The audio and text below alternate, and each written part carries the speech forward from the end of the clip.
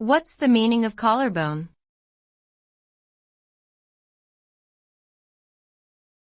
Collarbone.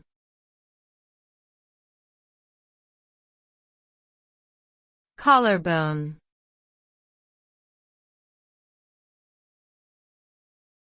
Collarbone.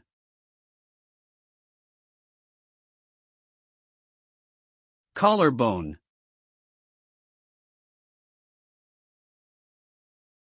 The collarbone, also known as the clavicle, is a long bone that connects the sternum, breastbone, to the shoulder blade. It runs horizontally across the upper part of the chest and is located above the first rib.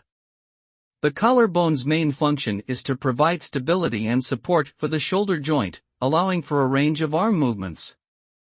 Injuries to the collarbone are common, particularly in contact sports, and can result in pain, swelling, and restricted movement until the bone heals.